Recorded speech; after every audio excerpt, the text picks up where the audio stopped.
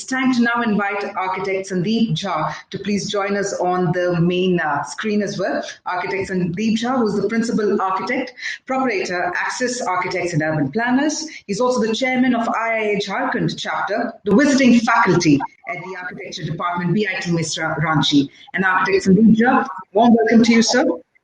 And it's wonderful to have you here. And thank you, Kavya. And I really, this is a good opportunity for me to introduce architect Rahul Mehrotra, whose work I have been closely following and I really admire upon. I welcome you, sir. Rahul Mehrotra is the Professor of Urban Design and Planning and the John Dunlap Professor for Housing and Urbanization. He is the Professor of Urban Design and Planning at the Harvard Graduate School of Design. And he's also the chair of the Department of Urban Planning and Design, director of Master of Architecture in Urban Design degree program, and co-director of the Master of Landscape Architecture in Urban Design degree program. He is a practicing architect, urban designer, and educator. His Mumbai-based firm, RMA Architects, was founded in 1990 and has designed and executed projects including government and private institutions, corporate workplaces, private homes, and unsolicited projects driven by the firm's commitment to advocacy in the city of Mumbai. The firm has designed a software campus for Hewlett-Packard in Bengaluru, a campus for Magic Bus, which is an NGO that works with poor children, led the restoration of the Chau Mohalla and Falaknuma palaces in Hyderabad, and formulated a conservation master plan for the Taj Mahal with the Taj Mahal Conservation Collaborative. The firm also recently designed and built a social housing project for 100 elephants and their caretakers in Jaipur, as well as a corporate office in Hyderabad. The firm has designed several single-family houses in different parts of India and one in Karachi, Pakistan too. In 2015, RMA Architects completed the Lab of the Future on the Novartis campus in Basel, Switzerland, and were finalists in an international design competition for the Museum of Modern Art in Sydney.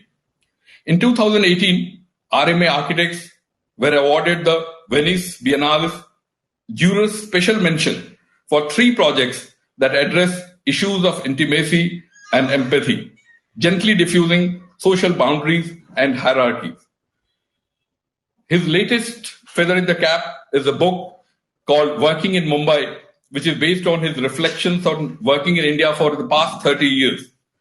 It just went to press in Germany last night, and it will be out in 2-3 weeks for all of us to really have a look at this and read.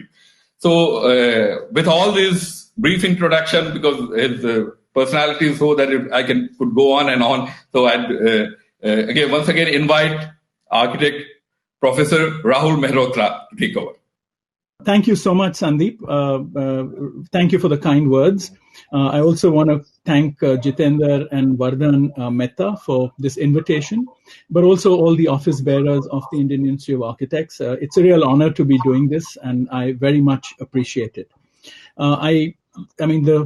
Doing this virtually, one can't see anybody, but I know many friends are out there. So it's just a good feeling to know that you're there. And in this virtual world, we say good morning, good evening, good afternoon, because people are all over the place. So all those wishes to all of you. I'm really delighted that you actually took on the topic of transcend, to think out of the box, as Divya Kush very well framed in his introduction. I think this is an important moment for the Indian Institute of Architects to be able to be playing a role which actually goes back to their old mission, starting from Foster King and others in Mumbai, which is really bringing a kind of camaraderie and bringing the profession together over intellectual questions of the time. The Council of Architects does its own role, which is legislative, which is guarding our interests in the broader realm of practice and society. But I think the Indian Institute of Architects plays the role of building fraternity. And I'm glad you're doing this in new ways and with new challenges, which is very exciting. Because I think the big challenge for us as a profession now is how do we re-embed ourselves in society? And I think this is a question I'm going to try like to address. And I'm going to structure this in two parts, and bear with me. The first part will be maybe a bit intense because it's a reflection on issues that surround us. I'm trying to, like all of you, make sense of everything we are experiencing. And then the second part, I'm going to show you 3 projects, because an architectural conference must also start with things that we build and how we contribute to society. So that will be the clear division in the 2 parts. I sort of titled this An Architecture in a Time of Flux, because this is really a time of flux. And we can't avoid thinking about the pandemic, because normal life seems like a gift or almost a miracle we took for granted. And so now the spirit and the mission we have is, how do we work with creating resiliency in the habitation and in the habitat that we create as architects? And so I think there can be no discussion in the world today if you don't place ourselves in this present condition and this context. And I think what happens in, at least for me, in reflection, is 3 things have come to my mind, which is, one is the value of the home in the world. Our home has become so valuable. We notice so much. Our homes, which had become transient places, have now become the most stable spatial construct that we exist in. And the ones who are happiest, who can work, who can insulate themselves, are the ones who are blessed to have homes. And so how we make homes and how we make homes in the world, because the world also opens up to us in different ways, because now we have this incredible power to convene people from around the world. But this sort of also reversal creates a tension of reflection. And I think this is very critical. You know, Charles Correa talked about spatial inequity, and he wrote, "Today, the amount of urban space one controls is directly proportionate to one's status or income. It has no connection to actual family size. In fact, poorer people often have larger families. And the space differential, therefore, cannot be justified in human terms only, and only economic ones." So it's really human terms that we have to go back to defining it, and not just economic terms. Similarly, I think the role of the state has become very critical, because I think what these crises have brought to the fore is that maybe the state has absolved itself of many of its responsibilities that it needs to reconnect to. And I think this is a much broader question, which I could lecture on for an hour, but I want to flag it out. And then the third is the question of economy, because I think that is a crisis that is to arrive, and we are all anticipating it. And what does that mean then for us as professionals and architects? And Martha Chen, who is an expert at Harvard University on informal economies, she wrote in the context of economy, which I think is very pertinent. And in the question of economy, as Martha Chen says, what is needed most fundamentally is a new economic paradigm, a model of a hybrid economy that embraces the traditional and the modern, the big scale and the small scale, the informal and the formal. And what is needed is an economic model that allows the smallest units and the least powerful workers to operate alongside the largest units and the most powerful economic players. Quite recently, in quite a different conversation, my colleague at the university, Professor Homi Bhabha, who's also from Mumbai, in the context of governance, he kind of flipped the question. He said, is this a crisis, or is this about unpreparedness? Because we kind of throw it on seeming to be unprepared, claiming to be unprepared, appearing to be unprepared. I think the idea of unpreparedness is something we need to, as a profession, look at, because I think we are all unprepared for what's happening. And political terror, in a sense, is to keep you unprepared. So 9/11 was one such example he talks about. Europe was completely unprepared for the refugees. In the US, the press and civil society were completely unprepared for Donald Trump. And in India, perhaps we were completely unprepared for the impact of demonetization, the impact of the pandemic, and we have to kind of accept that. And I found this resonating with me when I heard this talk, because I said to myself, as an architect, I feel all those things. And how do we therefore anticipate? How do we get back our agency? And that agency has to happen through science, through seeing patterns emerge, through projecting patterns, to be prepared, because I don't think we can afford to be unprepared. Now, preparedness is also an issue of scale. And this is where I think our learnings and our skills as architects and planners come into the picture. I'm hearing a lot of chatter, rightly so, very relevant, about how do you make spaces.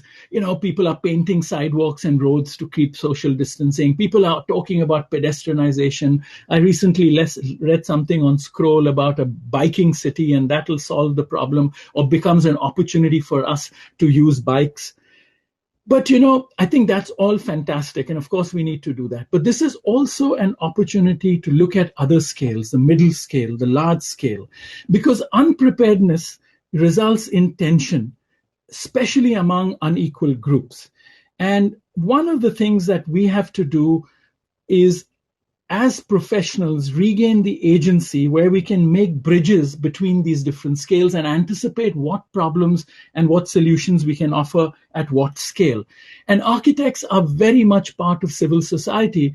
And really, what this pandemic has shown is that civil society is the bridge between people and governments and the state. And architects have to see themselves as part of civil society in the process and contributing to this process of building bridges. Because without that, I think we will lose agency, and therefore we can't then be embedded in society in that sense. And I think this becomes a very critical question for us to address as architects. Now, I think for that, we need social trust, we need solidarity. And this is again where institutes like the Indian Institute of Architects must reimagine their own roles.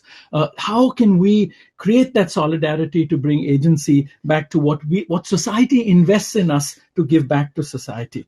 And so we become critical agents in this sort of bridging question. And therefore, the question then becomes, what are the blind spots that we have?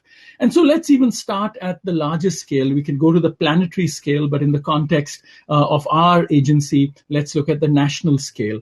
And I think even the question of what is urban becomes really critical, because the urban in the context of India is not even clear. What is the government definition of urban? We use three criteria for these urban. And the definition of urban actually depends on the criteria you use, but the government of India uses three overlapping criteria. One is population, a town or a settlement with a population over 5,000.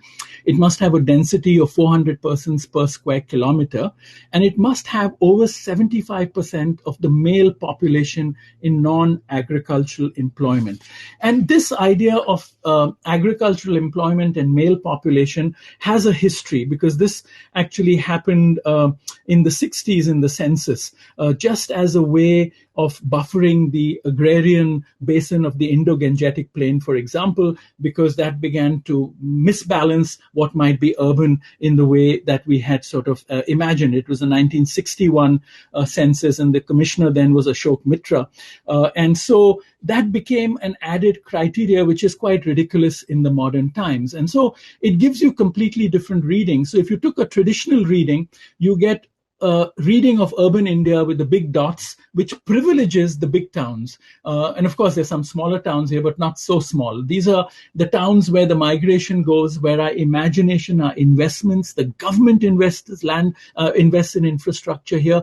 This is a tyranny because it imbalances what is really the settlement pattern in the country. In the definition of the three overlapping criteria, you get India is about 31% urban. But if you take the criteria of just 5,000 people as a settlement, most Italian towns that we are so nostalgic about are even less than 5,000 people, then India is actually 47% urban. Now, these numbers are rather significant because if you actually translate that 31% and 47%, it's about 16%, which is almost 200 million people who are actually moving between an agrarian field. This is mind-blowing because you have about 200 million people moving on a yearly seasonal cycle. Chinmay Tumbe, who is a scholar based at IIM Ahmedabad, has shown with this pandemic, the internal migration that reversed was about 30 million people, which is maybe 1/4 of what happens on a yearly basis. But that happened actually in a week, which is amazing. Now, if you took the other criteria of density, then you see that the Indo-Gangetic Plain is the world's biggest megacity with an even density of over 400 people per square kilometer. And that's the reason why the agricultural criteria was put into place to safeguard that, getting the bias of the investments. And if you took 75% of the male population in agriculture, actually the Indo-Gangetic Plain is not even urban, and urbanity is just along the coasts and somewhere in the north. So these are completely different readings. Now, I think from our perspective as architects, the 5,000 people settlements is the correct reading. We need to focus our imagination to a completely different field, not even the big towns, because that's where a majority of our population is going to reside. And I think that becomes very significant in terms of how we begin to work, because that yearly migration I talked about now actually happened in 2 weeks, 1/4 of it, which is only proof of the inhumanity with which it happened. And it's also proof of the fact that we don't recognize that this is a reality in our cities. And so the biggest design challenge for us going forward as architects is how do we design for flux?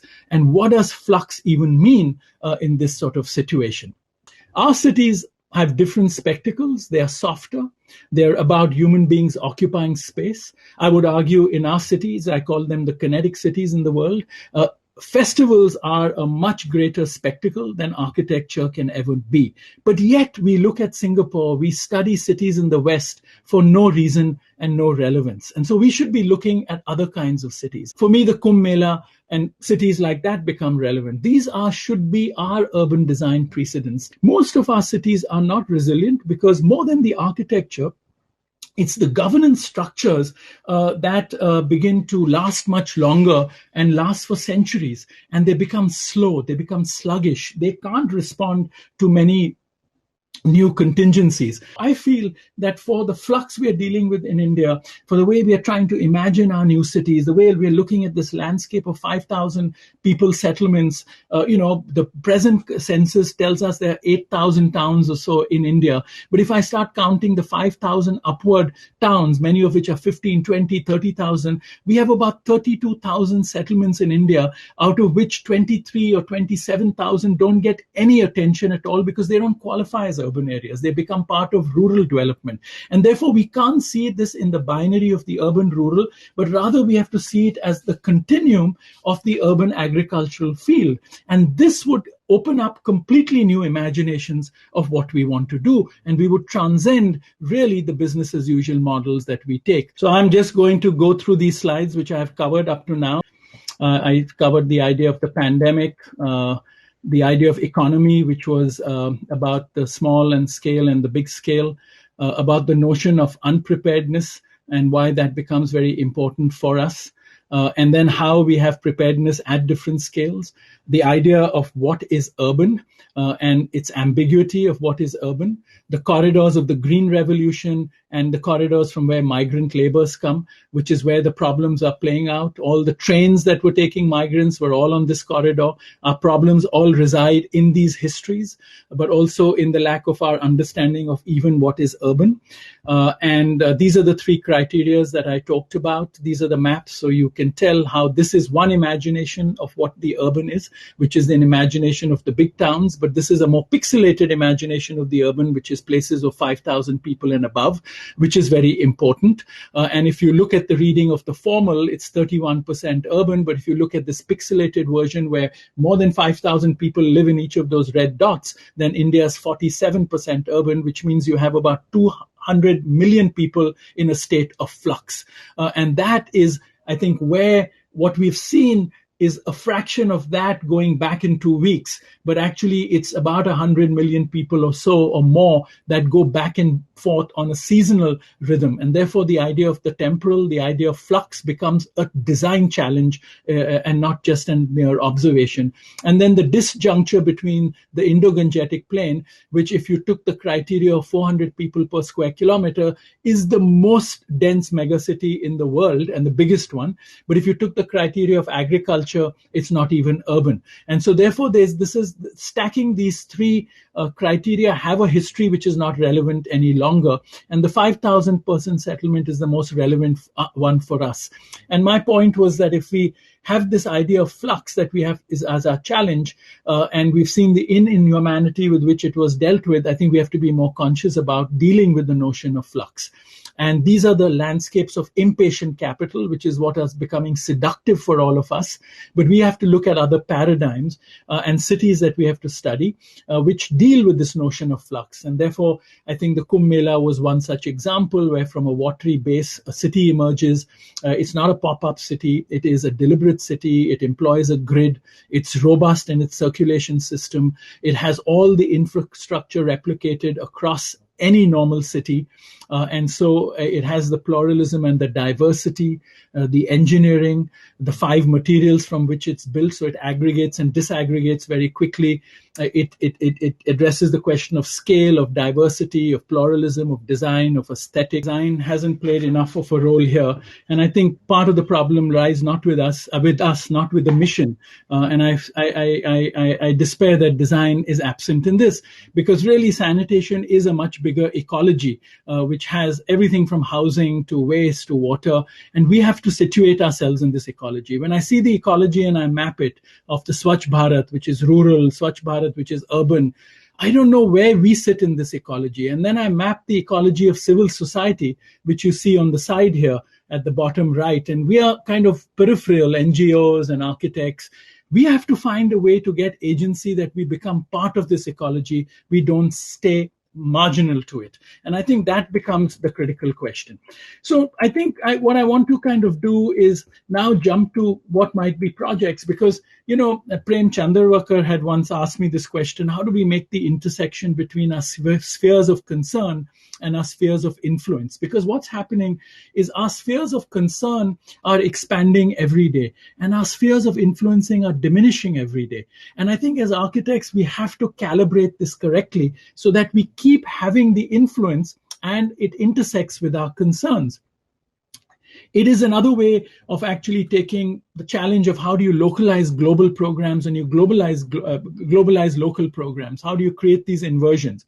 And I think for me, a useful way to look at this is through the idea of context and the context of the context. Because usually we as architects look at the context as the site. We dig the embedded histories of a site. We look at the wind direction, climate, materials. What are the crafts? What are the local traditions? That's not enough. I think what I've spent the first half an hour describing to you is the broader context in which the context of your site sits. And I think we have to be ambitious enough to challenge ourselves with understanding this broader context so that we can place our work and the context of our work in the context. It was earlier we used to say think globally and act locally. Unfortunately, a lot of the world thinks locally but acts globally. And you get a reversal of that. And that's the architecture of impatient capital I was talking to you about, the arrogance that we can build anywhere and we can build anything. It's a terrible arrogance. And that's what we have to as a profession transcend right away. And therefore to situate our context in its context becomes very critical. And I'm going to use that idea to say, how do we then bring this down to architecture? How do we bring all these concerns down to architecture? And this was an exhibition I did with my colleagues Ranjit Hoskote and Kaivan Mehta, who is the teacher and the scholar at CEPT and a practitioner, and Ranjit is the art critic and a philosopher. And we kind of put this exhibition together to look at the state of architecture. Many interesting things came out of it. I'm going to share 2, which will foreground the projects I'll show you very quickly. One is, this wonderful infographic mapping we did, which was very interesting. What you see here in these columns of the different names are the schools of architecture. So at Independence, you see a few schools of architecture and engineering, which are at the bottom. Actually, you see none. And then it begins to grow. And now we have over 428 or 450 now, who knows. The question is this one, which is you see a blue line on this chart. It's a blue line that runs just above the column with all the names. And that blue line starts at liberalization, which you see at the top of the infographic. We divided it by independence and post-independence, the emergency, because we felt that was an important turning and shifting point in architecture and planning culture, and liberalization. At liberalization, you have the formalization of real estate. Before that, they were small developers and builders, but now you had real estate. And what happens after liberalization is you see the proportion of schools directly grows in proportion to the growth of real estate. And actually, that is bizarre because it is an inversely proportionate relationship, because the more real estate grows, the less schools of architecture you need, not more.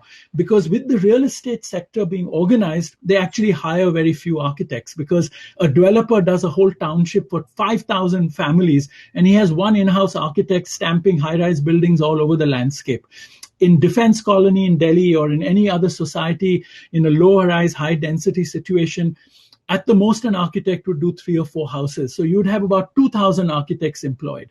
But parents, when they drive around the countryside and they see buildings being built, they think architecture is a great field to go into. But it's inversely proportional. We should be stopping the number of schools being certified rather than increasing them. This is a real criminal situation in many ways, because you have interns who can't get internships to even graduate because there's a complete mismatch between supply and demand. And I think we have to take this very seriously. The other thing that came out from the research, among many other things, was that architects actually are involved in 1% of what the environment is.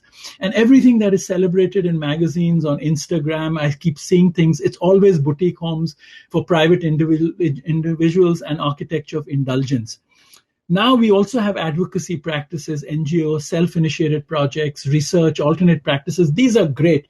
And I think that is the alternate mode. But this is a binary. It's a polarization because they're two extremes. It's like the rich and poor, the state and private sector, etc. There is in between this the mainstream.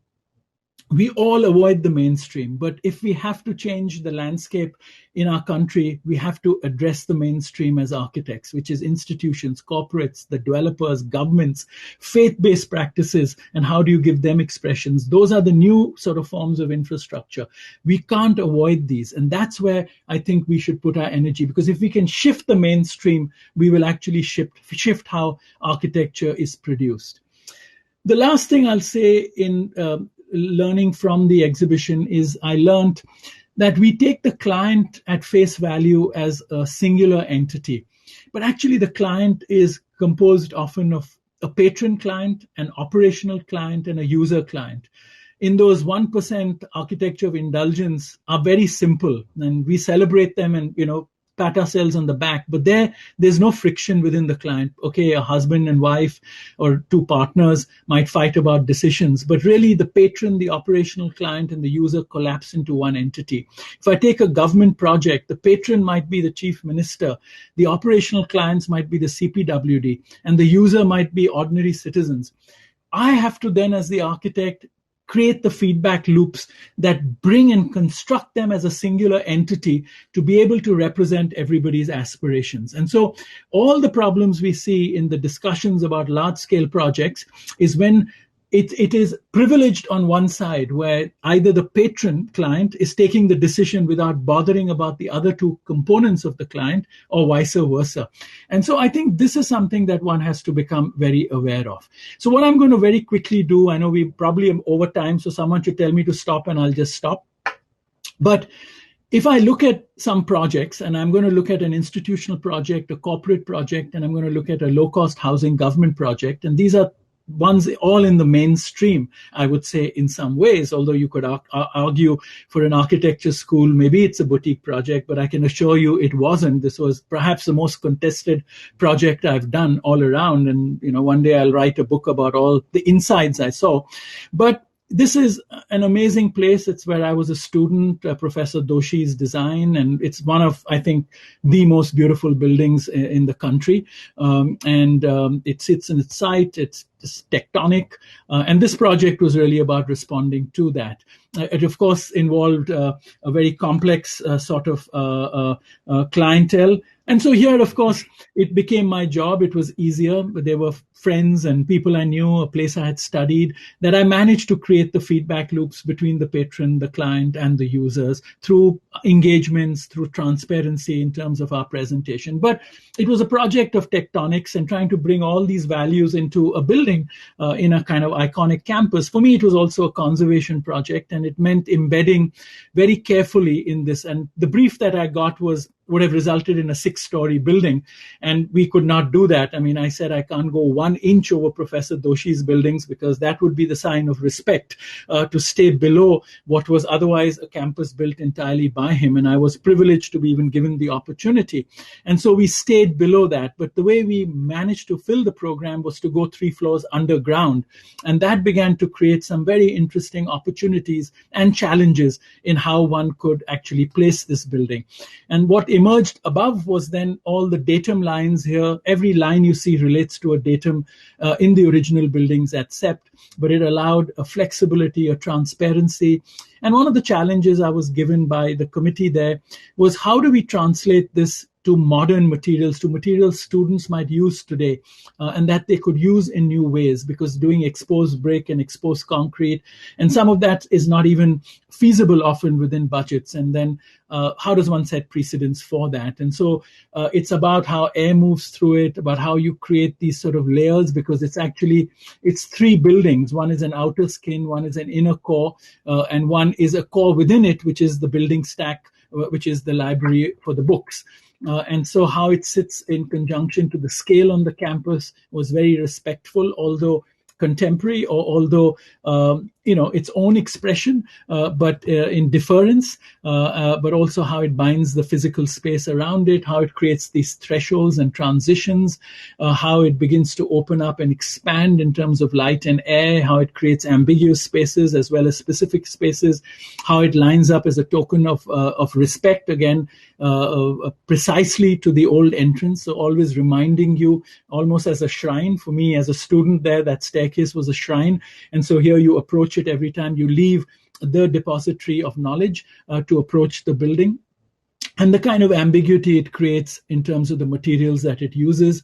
It goes down below the ground. The concrete gets lighter as it goes below the ground, so that the light quality changes there. You have zones for study. You have zones of courtyards. You can go out to talk without disturbing people. And then the inner building has its own logic. It's got 8 feet ceiling height. So it's like buildings within buildings, and each building has its own datum, its own sectional logic. And here the important thing was, when you go down 3 floors into a building, how by opening up vistas on the diagonal, you expand the sense of space, and therefore you get away from a feeling of claustrophobia, because you can see very expansively through the building, even though you're 3 floors below the ground. And so it kind of changes in terms of the datums, it changes in terms of the materials. You can see the space between the two. Now that in-between spaces become popular for exhibitions, we hadn't really anticipated that. We thought it would be more ambiguous, but even then it works really well. And then it gets much lighter to reflect light. And as you go through the skylight, you come down to a lower level where natural light is coming down now here 3 floors below the ground. And there you see the building within, which has its own logic. It is stacks of buildings. The infrastructure is all integrated in the stacks, so you don't have exposed ducts, and you see the half level, so it makes you walk and climb a lot, which is interesting. And these are the lower levels where the structure, the purity of the concrete, all of that was given a lot of premium. And when you go to the upper floors, it's bathed in light. It's much lighter. It allows the operation of the louvers to adjust for climate. It assumes transparency at night and has its own different life. And therefore, there's these kinds of ambiguities about the different layers. The second project is a project in Hyderabad, which is for corporations. And here, for us, it was very important about how we can create the coexistence between different groups in the building, but also how we address sustainability and break away from the typical notion through globalized capital about what an office building for a corporation should look like. And so this is in Cyber City or Hyderabad, the Cyberabad in Hyderabad. And it's for a high-tech infrastructure company that, uses information technology to create efficiencies, to map work, even forms of surveillance, and I say that very carefully, on just how tasks are performed and, all of that. And this is the kind of building they might have wanted. And you can see Mercedes-Benz is on the ground floor here, because this is the tyranny of images of impatient capital. And, the nets you see here is interesting, because when the state of Telangana was being formed, the building that they would stone would be the glass building. So the curtain glazing vendors would sell you fishing nets with the glass and give you all the details, and it made me think that these were compelling ideas that are so powerful that even if they're completely irrelevant, people perpetuate them. And so we were very influenced by this little hut, which in Jaipur is put up for water. And the government and some private citizens put this up, and they put up about 100 of this, and that guy works. It's basically a water cooler, and he puts out the water, people come and drink. It's a very lovely gesture. And every once in a while he comes out, there are no plastic glasses. And every once in a while he comes out and he humidifies the hut. So it keeps the hut cool through evaporative cooling. And then he goes back and he gives people water. It's evaporative cooling essentially. And then the water is kept in matkas. So through evaporative cooling in the matkas, the water also stays cool, it's hygienic. And it's a very beautiful gesture with just one brass lota, which is, the object that people make contact with. They thank him and they say hello. It's an incredibly humane gesture. And we said, how can something like this inspire us in a hot, dry climate? And so we basically took this challenge of being inspired by something like this. And we came up with a building which was a 5-story high garden. And it's not a green wall in the stupid way that people stick pots on a wall in airport lobbies and things. But this is a performative screen which has integrated in it a misting system. It has windows that are openable so that you can get humidified air into it if you choose to, but it's also designed for air conditioning. And like you do with Alico Bond, every facade has its own pattern. It's a handmade trellis, which was made locally. Every facade has different plants. Talking about impatient capital, they wanted to start the office right away. And so we started the office. They did the pujas. The cows came and blessed the buildings. But we continued to make the facade and to grow the facade over 2 more years. And so by detaching the facade from the performative aspects of the building, we surmounted that. And that's what we finally got as the plants sort of grew on it. You have misting that comes out of it. It also is a building with a series of internal courtyards and a whole organizational logic, which I can't go into. But it begins to create a different sensibility of what might be a corporate building and how space might be organized, even programmatically. And, that building you see in the image got a LEED certificate. We couldn't get a LEED certificate because we didn't seal our windows. We didn't have high-level air conditioning. And it's ridiculous because I think the LEED certificates and GREHA has absolutely corrected that.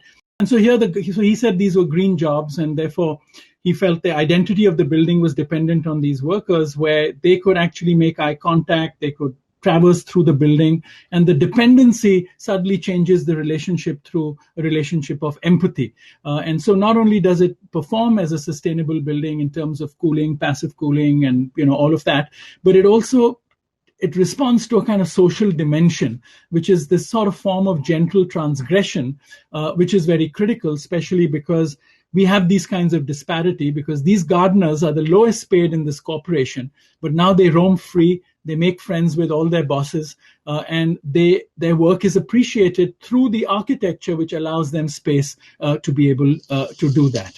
And so, I think the point is this could be a corporate building. We can take aspects of sustainability. We can look at questions of society if we are aware of these, because these then allow us to challenge ourselves in ways that the context that we read is beyond the context of climate and material and site, but also the context of the aspirations and the disparities that one sees and takes on as part of our own challenge in any project, how we could address them. And so that's how the misting works. on a hot day. The roof is all solar panel. This was taken last year at the height of summer. And you can see while it looks like a woolly monster, which is overgrown because it's not being trimmed in order to just keep the building cool, it is a changing facade. But it performs for what it has to do, but it also creates another kind of identity in the way it sits in that landscape. And so I think these become ways that you can actually challenge the business as usual kind of paradigms of how we deal with architecture through these types for these particular kinds of programs. And then the reversal of that is how do you globalize local programs? And so this is a project where the patron, client, and user, like I said, were very disparate. It was the chief minister, the clients were, the operational clients were the public works department. In this case, it's in Jaipur, so the Amber Development Authority, the tourism department. The users were mahouts and elephants. And this was a very interesting project because elephants were put to the service of tourism, but they were a mistake because, they were an accidental kind of location in a desert because these are essentially tropical beings. And so they take tourists up, they suffer in the heat.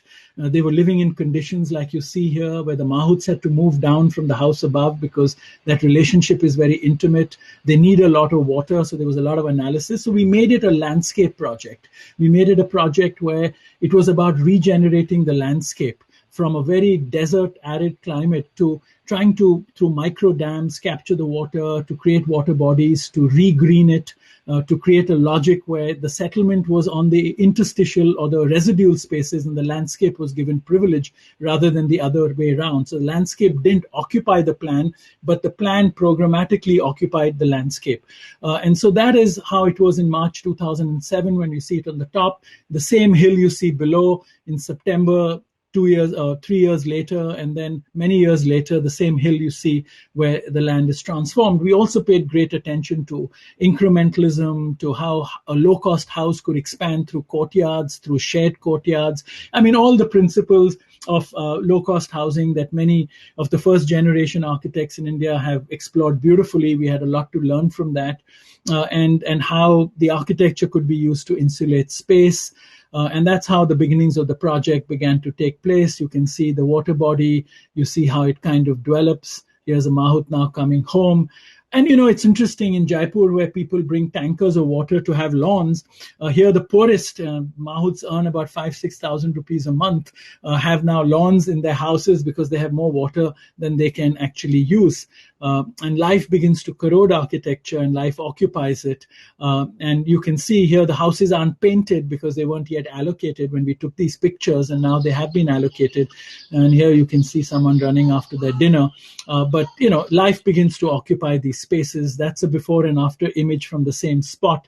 And you can see the transformation in a decade. Of how the greening occurs.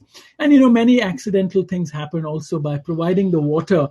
We realized that, of course, elephants would feel much healthier, but we hadn't realized that the process of bathing would create a bonding between the elephant and the mahout, which is very critical for their operation. And so this was an accidental realization. And again, this is on a summer day when the water is quite low. But just this process of bathing becomes therapeutic in a sense. And kikar is planted. You see local species that. And here, this was a chart we did, which is an interesting one, which shows you in orange the BJP government, and then you see in green the Congress government, and then the BJP government comes back. And so you have the patron, which is here the chief minister changing. And then everything between the red and the government line, you see all the agencies that came and went. From tourism, the Amber was, somebody else was appointed, the zoo authority came for a while. So our operational client kept changing. But the architects, RMA architects, we were constant. Where you see the red fading is just means we were not being paid and we had to subsidize this ourselves. But we became the ones who were in touch with the users, which is the mahouts and the elephants, and then responded really to their needs. And so this was a very interesting mapping which showed all the correspondence and it showed who came, who took decisions. But it made me realize the complexity of the construct of the client and how the architect's role in these sorts of difficult situations becomes where you become the bridge between the different components of what we imagine as a client in order to create a project to happen. And it goes over a decade sometimes, and it evolves. And these are images of how now it's beginning to look as the infrastructure sort of goes up and Hathgaon begins to become a reality. We have proposals for infrastructure, for landscape. We designed a small guest house for scholars around a courtyard using the same vocabulary of materials, very low-key, so the elephants and their life could be observed without it being obtrusive. And now when people get allocated the houses, they paint. And I was surprised when I went there, when I saw birds being painted, because I thought they would paint elephants. And then we were told that because of the water and because of the tree, the species of birds coming there, that now people are coming there not to just observe the elephants, but also to watch the birds. And so this was, again, an unexpected consequence of, what we tried to do was create an armature for life. And the lowest parts of the site where water drains naturally have green much more. And this is our image of the wetness we want to create. And so here, landscape becomes instrumental. Here, architecture can be the problem, not the solution. And here, landscape is the solution. And so we have to recognize that, and we have to be careful about the biases that we carry to projects.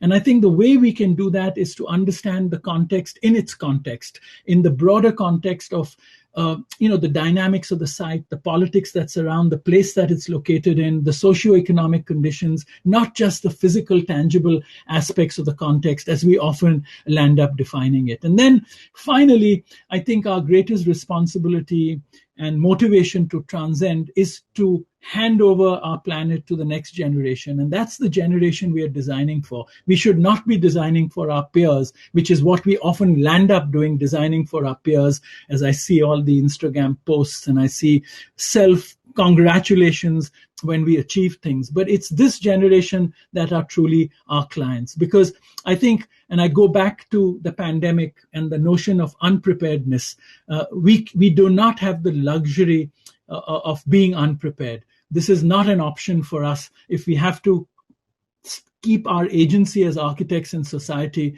we have to be prepared.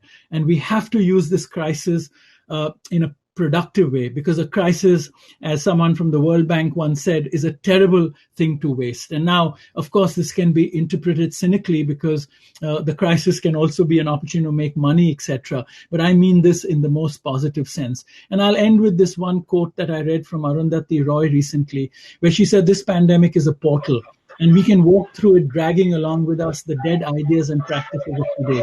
Or we can walk through it lightly with little luggage, ready to imagine an other world." And I think if we can manage to do that, we would really transcend the present state and bring the profession back to creating the agency that it owes to society for the future. Thank you very much. There are many questions which people have put up in the question answer tab, and I would like to respond to that. That since we have short time, I'll just take two questions which basically sum up most of the questions in some way or other. The first question which I'm going to ask is from Mr. Architect Bharat Sharma. It says, what factors are of utmost importance in times to come for an architect or a group of architects in playing an active role for the building bridges between the people and the government? Could you please respond to that?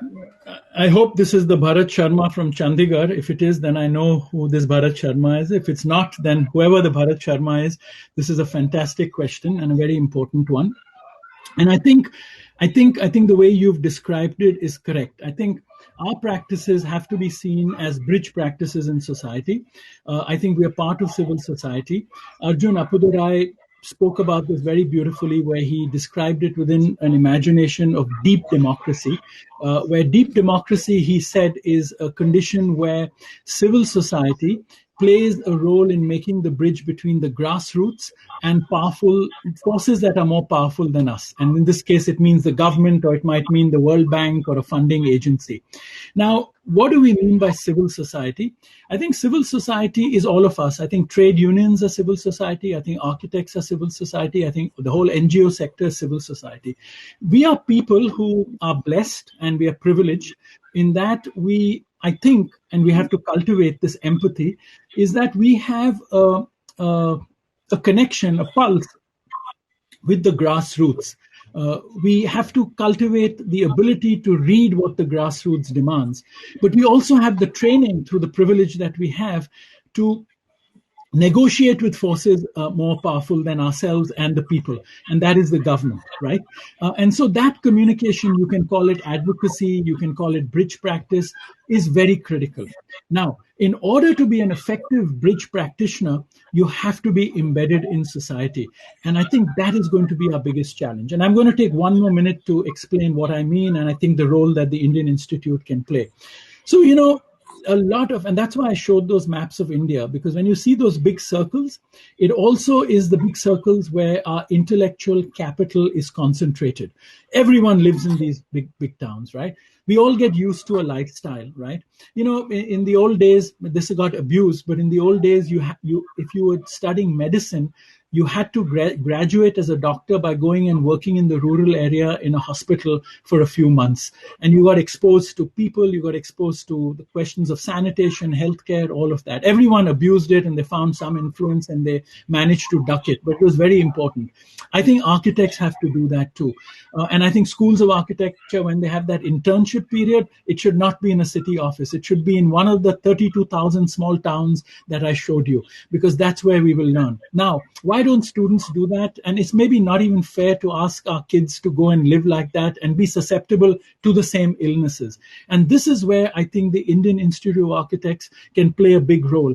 Imagine the Indian Institute of Architects making the equivalent of the YMCAs, which are like dormitory type places which have good food, hygienic conditions, they're low-key buildings, they become community centers where 5 or 6 architects can go and live, they can work with the community, they have good access to internet, and they become part of those communities. And I can bet you they will build constituencies there, their practices will actually flourish there, some of them will build those towns out for us in the future.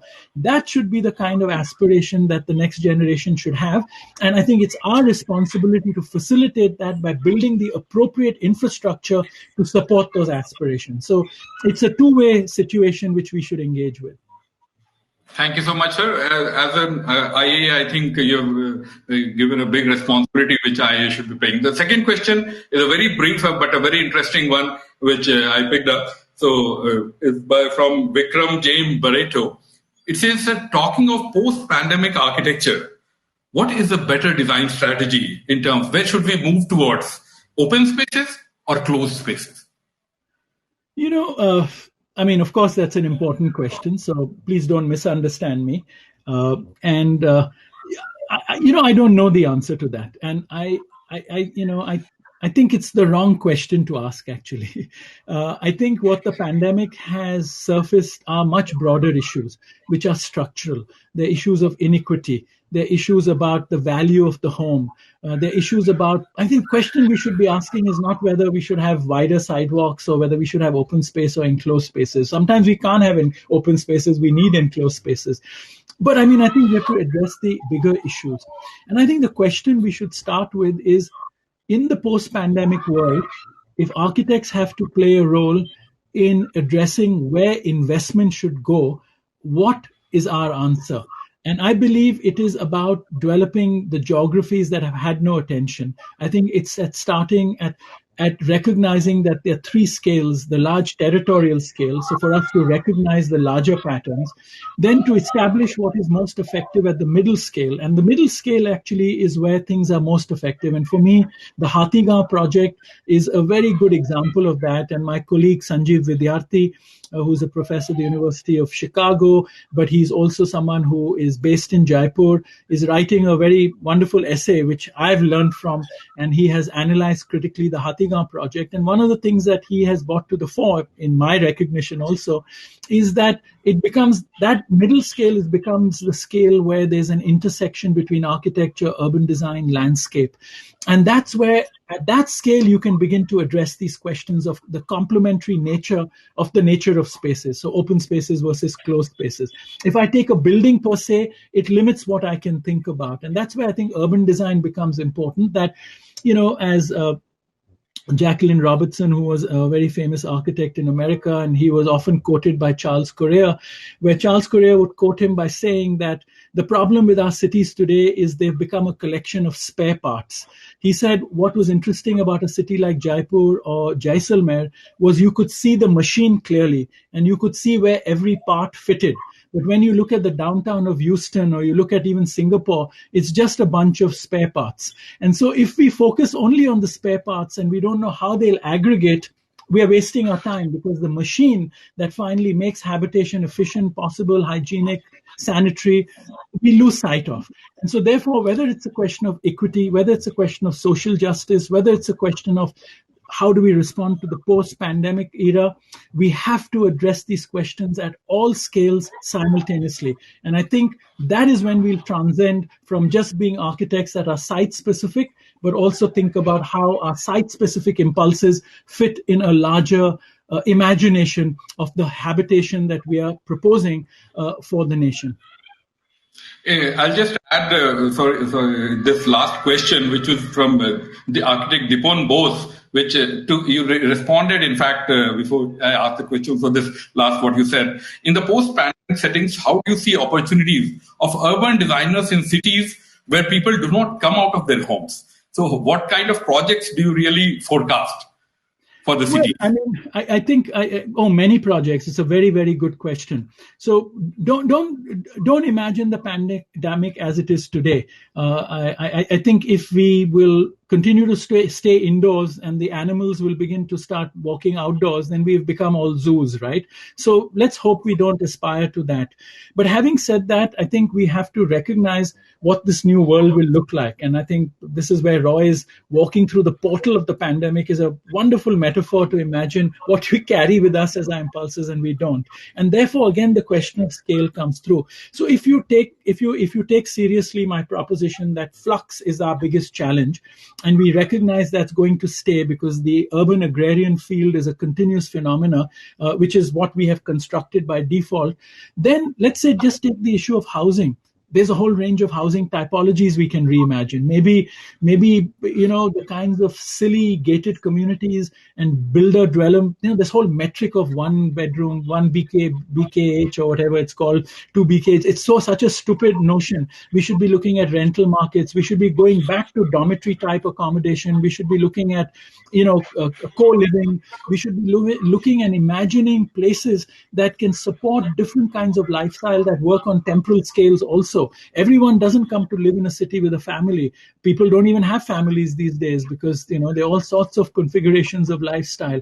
And so we have to recognize it. We are trapping ourselves in very narrow imaginations of typologies, which come from very narrow imaginations of the city itself, and then come from a very narrow imagination of even what is urban. So we've got to explore all those categories simultaneously to imagine this new world. And that would be truly us transcending as professionals to imagining architecture and its role in society completely differently. Thank you so much, sir. Thank you so much for this wonderful insight. And it was a wonderful start to the entire day.